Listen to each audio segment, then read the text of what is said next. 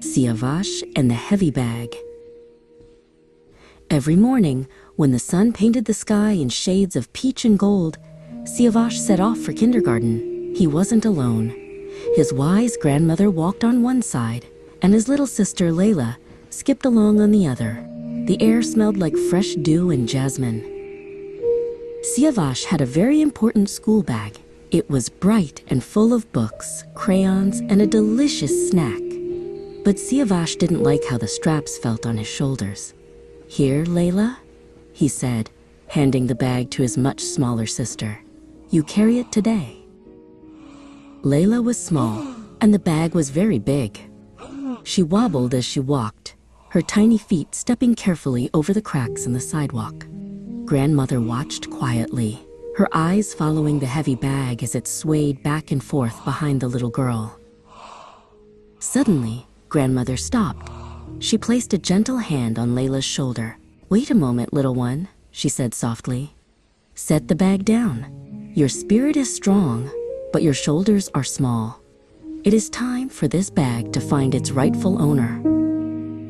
Grandmother turned to Siavash. Her voice was kind, but very serious.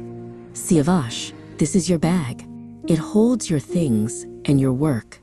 It is your responsibility to carry it to school, not your sister's." Siavash frowned and looked at his shoes. Siavash felt a prickle of anger. He didn't want to carry the heavy bag. "I won't do it," he cried. "Dad bought this bag for me. If I leave it here, you'll have to tell him why it's gone." He turned around and began to march away, leaving the bag in the grass. Siavash kept walking, pretending he didn't care. Behind him, he heard a soft rustle. He didn't look back, but he knew what was happening. Grandmother didn't leave the bag behind. She stooped down, her knees creaking softly, and lifted the heavy bag herself. Siavash slowed his pace and finally glanced over his shoulder. He saw Grandmother walking slowly, the heavy bag clutched in her arms. She looked smaller under the weight. Suddenly, the sun didn't feel as bright, and Siavash's chest felt tight and heavy. "Grandmother!" Siavash shouted, his voice cracking. He ran back as fast as his legs could carry him. He reached her and threw his arms around her waist in a giant hug. "I'm sorry," he whispered into her coat. "I don't want you to be tired. I'll take it."